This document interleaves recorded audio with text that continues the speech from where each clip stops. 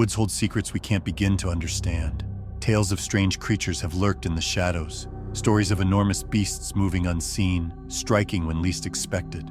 We've heard the whispers, seen the tracks, but we still refuse to believe. Yet some encounters can't be ignored. People vanish. Silence takes over.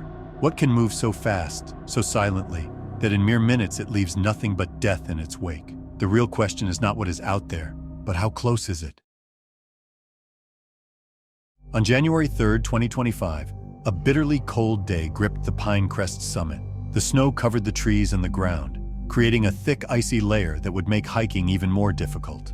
8 experienced hikers, all seasoned in the wilderness, set out to explore this remote area. They were Storm, Harry, Lev, Ren, Grace, Zoe, Caroline, and Sage, close friends who'd been planning this trek for months. They weren't expecting an easy journey, but they never thought their survival would be tested so soon. The group had been hiking for hours, their boots crunching on the snow-covered path as they made their way deeper into the mountain range.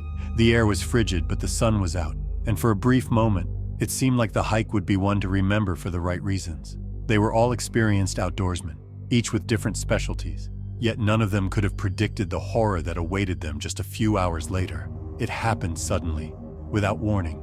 As the group pushed through the dense pines, they heard a sound. At first, it was distant, almost like the wind.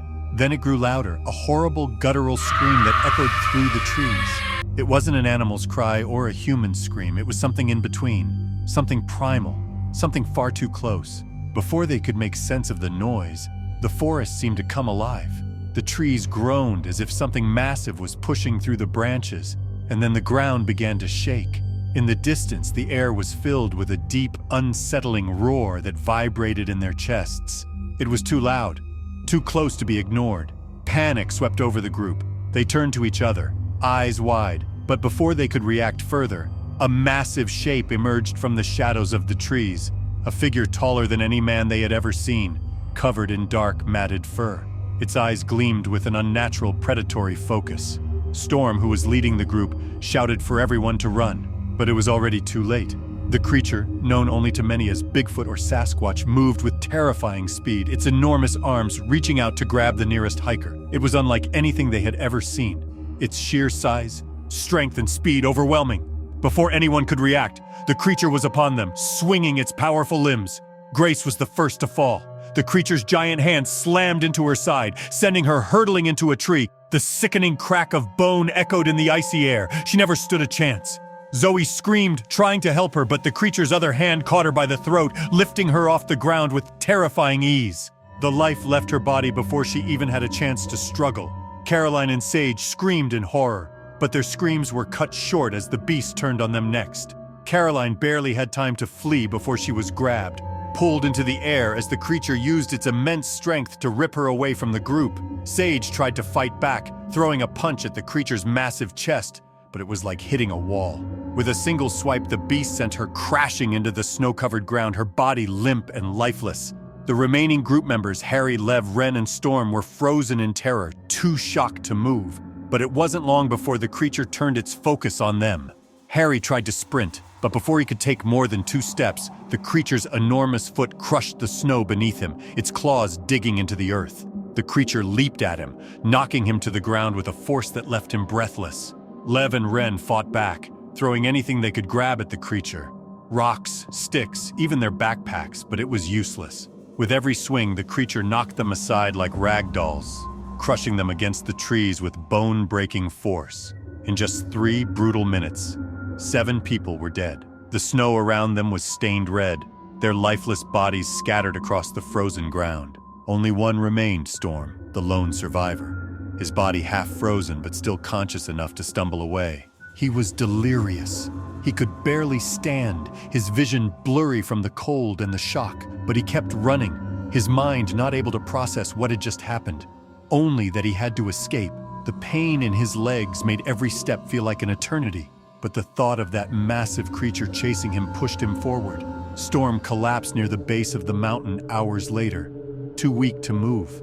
He was found by search teams, barely alive, trembling and babbling incoherently about the beast that had torn his friends apart. When authorities arrived, they searched the area, But what they found was far more unsettling than they could have imagined. Massive footprints, each the size of a large dinner plate, were pressed deep into the snow. Some prints were so deep, they seemed to be from something far heavier than any known animal. Further along, they found gouges in the trees as if something enormous had clawed at the bark in a fit of rage. Local authorities were quick to dismiss Storm's story. They claimed the deaths were caused by a large predator, likely a bear. They reassured the public that such things were rare, but not unheard of. Despite the police statements, the local community wasn't convinced. Too many of them had heard stories over the years, whispers of something monstrous in the Pinecrest summit, something that wasn't just a bear. Rumors began to spread in the days following the attack. Some believed the authorities were covering up the truth, afraid to admit that something more dangerous than a bear was roaming the woods. Others recalled old tales told by hunters, speaking of a creature lurking in the mountains, one that had never been seen but was always there, just waiting for the right moment to strike. Despite the official denials, the whispers continued. Pinecrest Summit had claimed 7 lives in just 3 minutes. And some people believed that something far worse had happened that day. Deep in the woods, something still prowled, watching, waiting for its next victim. And as the days passed, no one could shake the feeling that the forest was hiding something monstrous, and that it was still out there.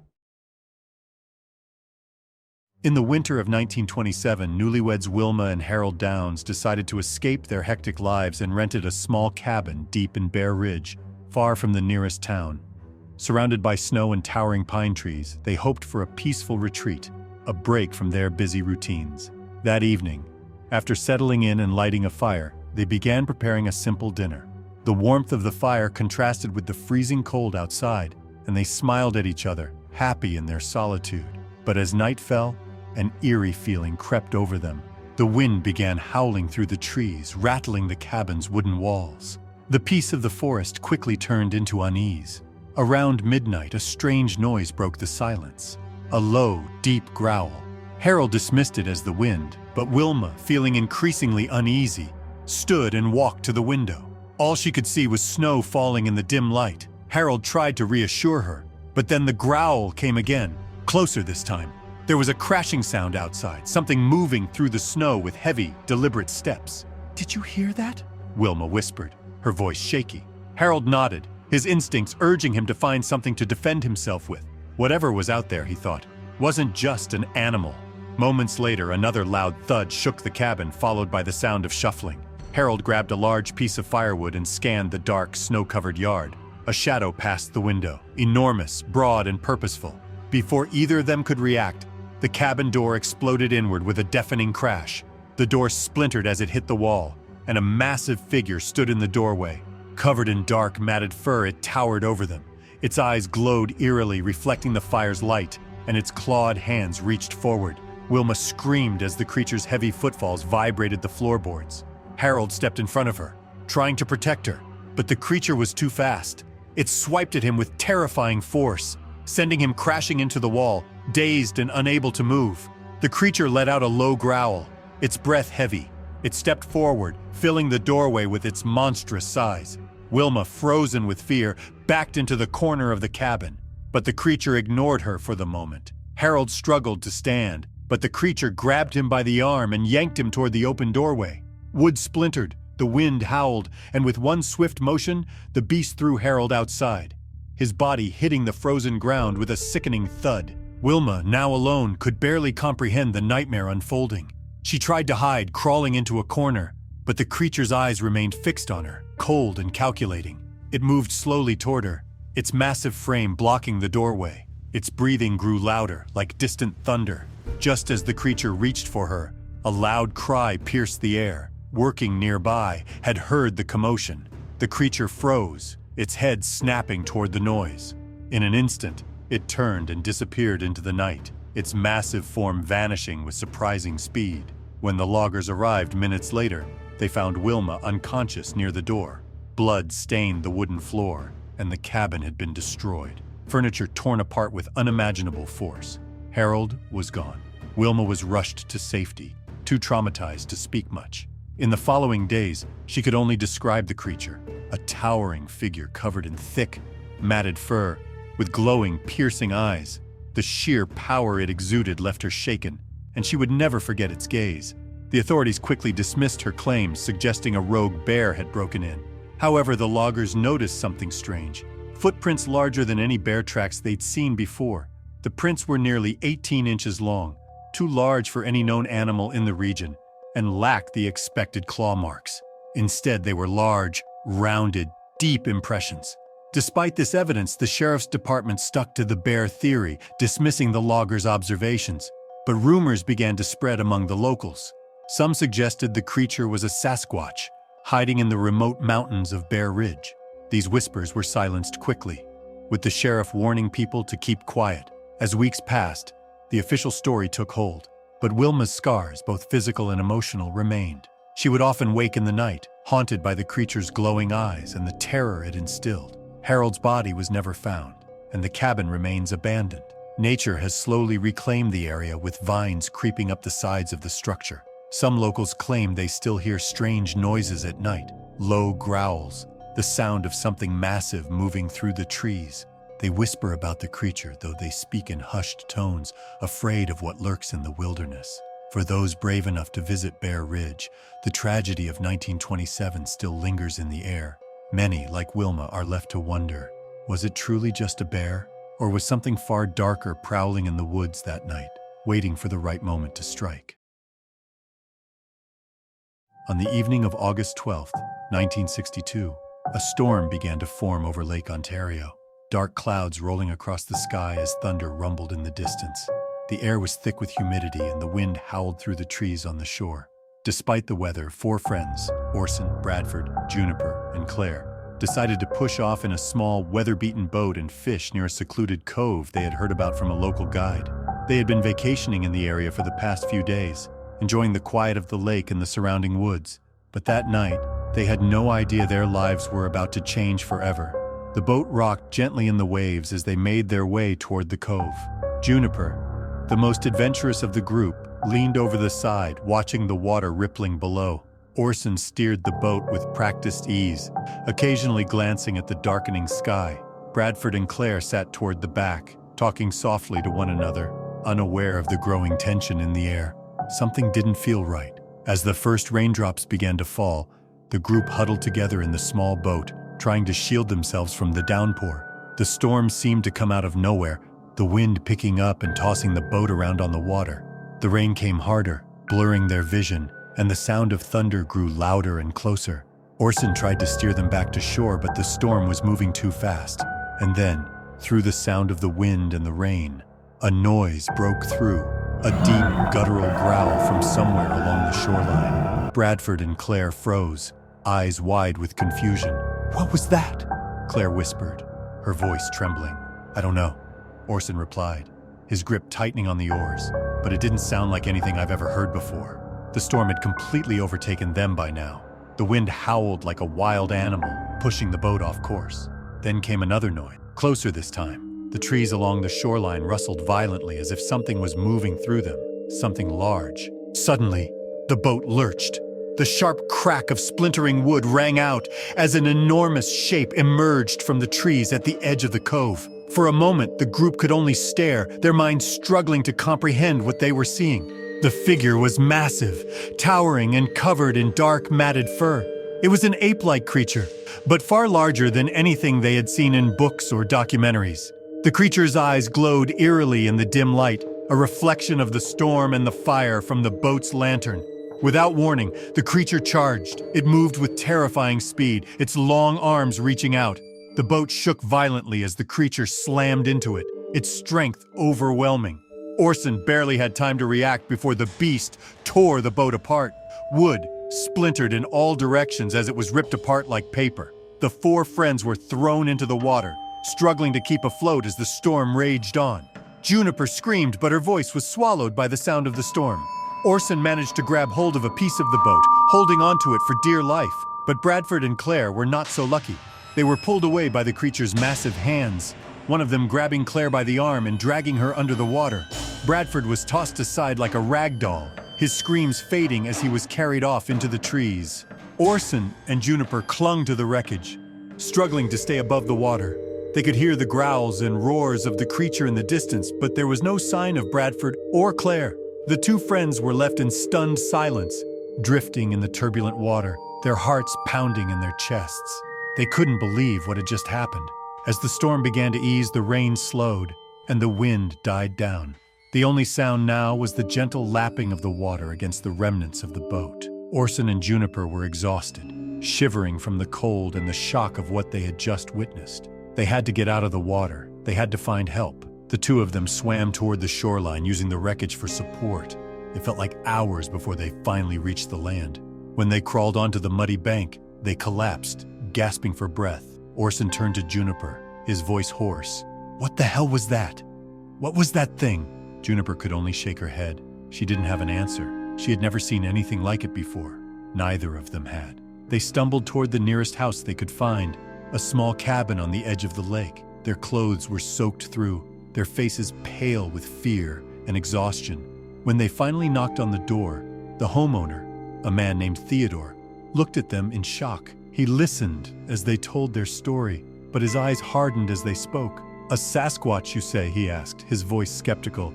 "That's nothing but old folklore around here. You probably saw a bear, maybe a black bear or something like that." The authorities were quick to arrive the next morning. They searched the shoreline, finding large, strange footprints in the mud near the remains of the boat. Some of the footprints were over 18 inches long, far too large for any known animal in the area.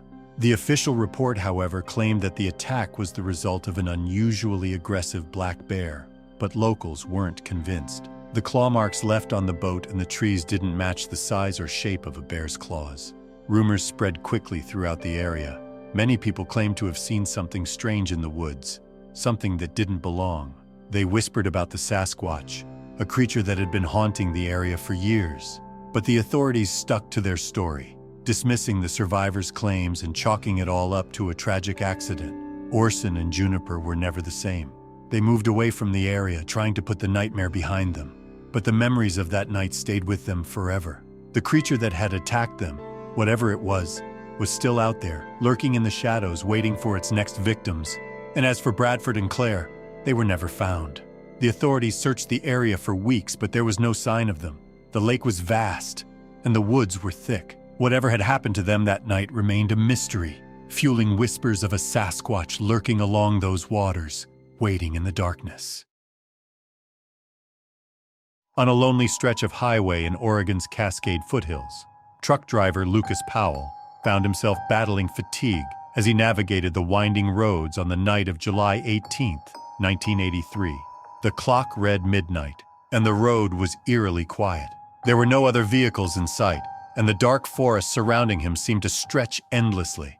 It was the kind of silence that could only be found in remote places like this. Lucas had made this drive countless times, but tonight felt different. There was something in the air, something he couldn't put his finger on. As the headlights of his rig cut through the darkness, a sudden movement caught his eye. It was quick, just a shadow passing by, but it was massive, too large for any deer or elk that usually roamed these woods.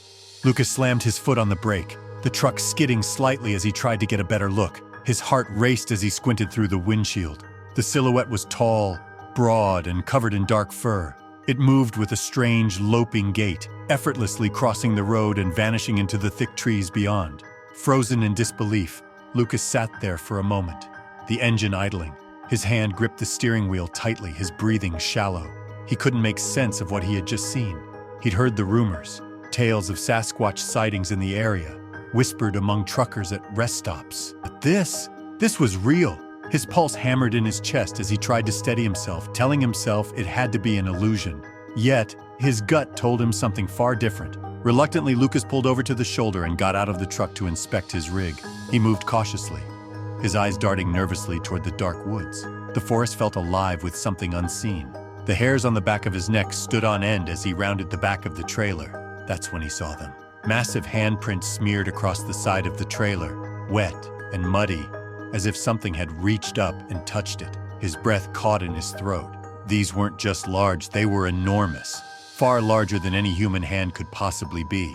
The marks sent a chill down his spine, and the doubt that had crept into his mind now roared to the surface. He wasn't alone out here. Something had been watching him, something that shouldn't exist. The thought of getting back into his truck and driving away was tempting, but deep down, He knew he couldn't just ignore what he had seen. With a shaking hand, Lucas reached for his radio and tried to call in the sighting to local authorities. But the response he received was dismissive at best. "Probably a bear," the wildlife official on the other end of the line said nonchalantly. "Maybe a bear, maybe a deer. You've been driving a long stretch. You're probably just tired." Tired. Lucas wasn't tired. He had seen what he had seen, and this wasn't a bear. He tried to argue, but the official wasn't interested in hearing it. "Report it if you want, but we're not sending anyone out there for a bear sighting. The woods are full of them." Frustrated but exhausted, Lucas climbed back into his truck and continued on his route, but he couldn't shake the image of that hulking figure moving across the road. The rest of the drive passed in a blur, his mind racing with thoughts of what he had witnessed. He arrived at the next rest stop, but it was hard to focus on anything other than what he had seen. Over the next week, word of his encounter slowly made its way through the trucker community. At the diners and truck stops, the story was passed around in hushed tones. Some laughed it off, claiming Lucas had just seen a bear or some other creature, but there were others, veteran drivers who had seen things themselves, who didn't dismiss his account so easily. They spoke in low voices, speculating on what had really happened that night. The word Sasquatch floated in the air more than once. Lucas remained quiet about it, unsure of how to explain what had happened. But every time he passed through the Cascade foothills, the memory of those massive handprints and that hulking figure crossing his headlights haunted him. He couldn't shake the feeling that something was out there, something watching him. A week later, the official report from the local authorities came through. It was clear the wildlife department wasn't interested in following up on the matter. "Unconfirmed wildlife encounter," it read, a polite way of dismissing the entire thing. No investigation, no action. The report suggested a bear, but when Lucas thought about it, he couldn't help but wonder, could a bear leave prints that big? Could a bear move so quickly, so unnervingly, across the road in the dead of night? Days turned into weeks, and the encounter faded into the background of Lucas's life. But every so often, when he passed through the Cascade foothills, he would glance nervously into the dark trees. It was a strange kind of feeling, the way the woods seemed to hold its breath as if something was waiting. But he never saw anything again, at least not in the way he had before. Still, the truckers at the rest stops spoke in hushed voices, speculating about the strange creature that had been seen on that dark highway. Some swore they had seen similar things in the area, strange, tall figures moving through the forest. Many, though, said nothing at all. As for Lucas, he never truly felt at ease on the roads again. There was a gnawing sensation deep within him, a feeling that lingered long after the encounter. He'd seen something that didn't belong. And though the official story was that it was just another bear, he couldn't ignore the one question that always haunted him. What if it wasn't? What if there was something else out there in those dark woods? Something bigger, something older. The woods remained silent, but Lucas never fully let go of what he had witnessed. And though the world moved on, a part of him always wondered if the creature had been waiting for someone to see it, to acknowledge it. Something told him that this wasn't the last time it would be seen. In the summer of 2009, park rangers Mateo and Keanu were patrolling the Redwood Creek area of Northern California. It was a quiet morning, the kind where the tall trees cast long shadows across the forest floor. The creek flowed gently beside the trail, the only sounds being the rustle of leaves in the wind and the occasional bird call. They had no reason to expect anything out of the ordinary. That is, until they stumbled upon an abandoned campsite deep in the woods. The sight was strange. The tents were shredded, their contents strewn across the clearing, and the coolers were upturned, their lids left wide open. There were ripped sleeping bags, too, some torn into pieces as if something had been violently searching through them. The scene was unsettling. There was no sign of the campers, no backpacks, no personal items, nothing. It was as if they had vanished in the middle of the night. Mateo and Keanu exchanged uneasy glances. "This doesn't look right," Keanu said quietly, his voice laced with concern. Mateo nodded, scanning the area for any sign of struggle. There was nothing to indicate where the people had gone, but then as they stepped closer to the overturned coolers, they noticed something that made their blood run cold. The ground around the campsite was disturbed, not by the wind or animals, but by something far larger. The earth was scuffed and marked with deep, heavy tracks, footprints that didn't belong to any known animal in the area, and scattered among them were dark, dried spots of what looked like blood. It was a grim sight. Something, or someone, had been here. They immediately called in the discovery to their superiors, who quickly launched an investigation. But when they arrived, the official response was dismissive. "Probably a bear," the lead investigator said, brushing off the details. "Maybe a mountain lion. We'll put out a warning and clean up the area." But Mateo and Keanu weren't so sure. They couldn't shake the feeling that something was wrong, and the evidence of blood and massive footprints didn't fit the usual patterns of local wildlife. Something had attacked these campers, something with strength and size beyond anything they had seen in these woods. As they examined the campsite further, they found strange claw marks along the trunks of nearby trees, deep gouges that looked like they had been made by something far larger than a bear. The investigation turned cold. 2 weeks passed before anyone heard anything else, and the case was officially closed. But on the morning of the 14th day, an unlikely source of information arrived. A disoriented hiker named Naomi stumbled out of the woods, her clothes torn and dirty, her face pale with fear. She was clearly shaken, barely able to walk as she made her way to the ranger station. "You have to help," she said, her voice trembling. We were attacked." Naomi's words spilled out in a frantic rush. She explained that she and a small group of hikers had set up camp near Redwood Creek, not far from where the rangers had found the abandoned site. The night had been quiet at first, but then, as the darkness deepened, something enormous had emerged from the trees. Naomi's voice cracked as she described what happened next. "A massive creature. It was covered in dark, matted hair," she said, her eyes wide with terror. "It attacked us in the middle of the night. It was too fast. I never saw anything like it. It roared like nothing I've ever heard before. It felt like the ground was shaking beneath us." Naomi went on to explain that the beast had struck without warning. One of her friends, a man named Jay, had been blindsided as he stepped away from the campfire. The creature's massive hands grabbed him, and within moments, he was thrown across the campsite, crashing into the trees. The others tried to escape, but it was hopeless. Naomi described how the creature seemed to move with unnatural strength, lifting heavy objects and throwing them aside like they were nothing. In her panic, Naomi ran, leaving her friends behind. She couldn't say what had happened to them, only that the sounds of guttural roars and destruction haunted her as she fled. As soon as Naomi finished her account, the rangers knew that something more sinister had taken place, but the officials, still skeptical, chalked the attack up to a bear or a mountain lion. "People exaggerate," they said, trying to rationalize Naomi's experience. "It was probably just a predator." Despite the official stance, whispers began to spread among locals. The area was known for its cryptid sightings. Talk of Sasquatch had circulated for decades.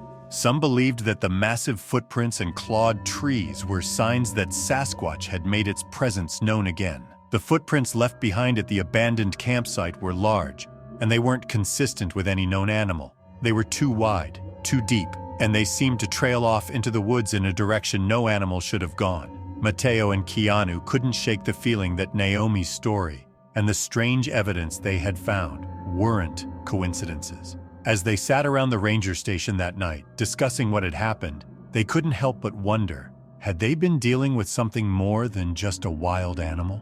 A week later, Naomi's friends were still missing, and the authorities had found no trace of the creature that had attacked them.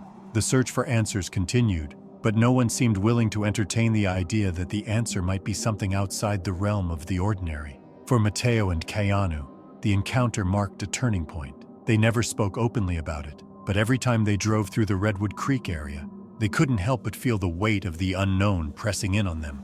They knew what they had seen and what they had heard, but no one else seemed ready to accept it. The local community, on the other hand, didn't forget. Many whispered about the creature that had struck. Those who lived near the woods spoke about the things that could be lurking in the shadows. And though the authorities dismissed it as an animal attack, the clawed trees and massive footprints were still there, proof that something far bigger and older might be hiding just beyond the tree line. The camp near Redwood Creek remained abandoned. No one dared to set up camp in that area again, not after what had happened. The rangers never found the missing hikers, and their search turned cold. But deep in the redwood forest, the mystery remained unsolved. Something still lurked in the trees, hidden from the eyes of those who weren't looking closely enough. It was out there, waiting. It was the night of June 15, 1997, when a fierce thunderstorm swept through the Blue Ridge Mountains in Virginia. The wind howled, tearing through the trees, and the rain came down in sheets, soaking everything in its path. Lightning flashed every few seconds, lighting up the dense forest for brief, violent moments. 3 backpackers, Zahir, Foster, and Rachel, found themselves in the middle of the storm, far from any civilization. Their plan had been simple, a weekend getaway, just the 3 of them, hiking through the mountains. But with the storm worsening, they needed shelter.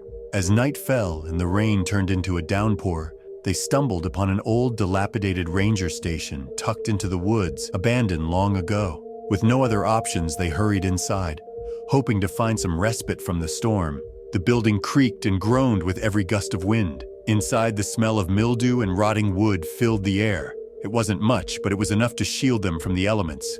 They set up camp inside the dark, decaying structure. The sound of the storm pounding the roof drowned out everything else. But that's when they first heard it. A low growl. Distant at first, then growing louder, more distinct. Rachel froze, her eyes wide. "Did you hear that?" she whispered. Zahir and Foster stopped what they were doing, straining to listen. The growl sounded like something large, something heavy, but not like any animal they knew. Foster stood up cautiously, his flashlight scanning the windows. But there was nothing, just the rain and the storm. As the hours passed, the storm intensified. The growl faded, but something else replaced it. Footsteps. Heavy, deliberate steps, the kind that seemed to shake the ground beneath them. Zahir stood up, panic rising in his chest. "This isn't right," he muttered. "We need to call for help." Rachel grabbed the radio on the wall, her hands shaking as she tried to tune in. She managed to get through, her voice frantic as she described the shape lurking outside the building. "There's something out there, something huge. It's not a bear. Please, we need help," she pleaded. The radio crackled, and they waited for a response. The storm roared outside, drowning out any hope of hearing a reply.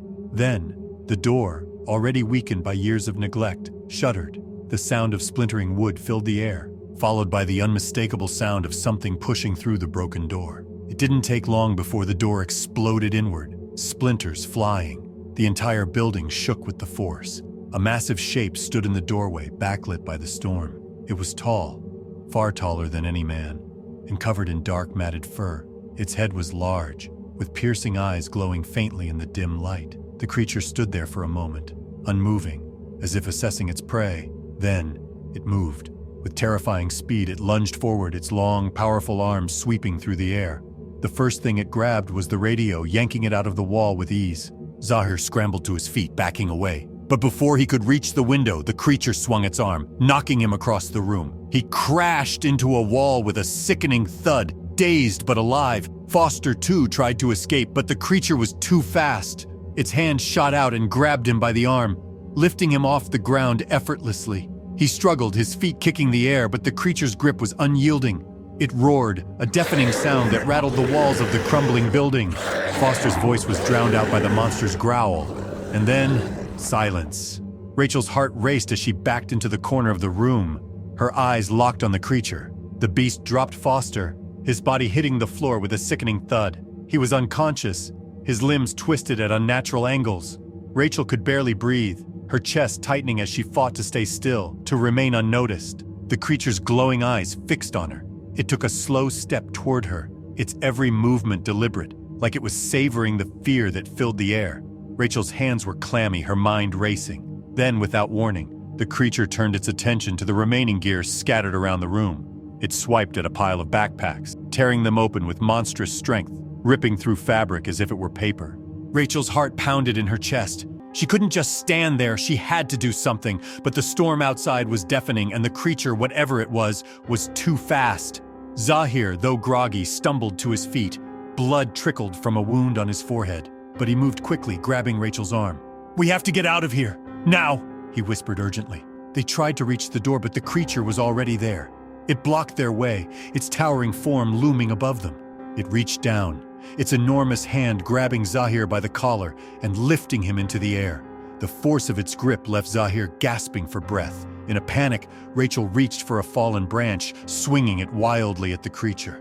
It had no effect. The creature growled and threw Zahir aside, sending him crashing to the floor. He didn't move. Rachel, now fully panicked, scrambled toward the door, pushing her body through the splintered frame. She looked back just in time to see the creature turn toward the now open door. It was holding something, Foster's lifeless body, limp in its grasp. Then, just as quickly as it had appeared, it retreated into the storm, its footsteps heavy in the mud. The last thing Rachel saw before the storm closed in around her was the creature disappearing into the night, taking Foster with it. As dawn broke, the storm finally began to ease. The rescue team arrived at the scene, following the signal Rachel had sent through the radio. The ranger station was a wreck. The door was shattered, the walls splintered. Inside, Zahir and Rachel were found bruised and bloodied, their faces pale from shock. Authorities were quick to dismiss the attack, blaming it on a rogue black bear, though they found strange, muddy footprints in the dirt outside, footprints that were far too large for any known animal in the region. Some even speculated the marks belonged to something else entirely, something taller, something with long strides. As for Foster, he was never found. The story of that night became a quiet whisper among locals, a legend that lingered in the mountains. Authorities insisted it was just an animal, but there were rumors too, whispers of Sasquatch, of a creature that lurked in the shadows, waiting for its next opportunity.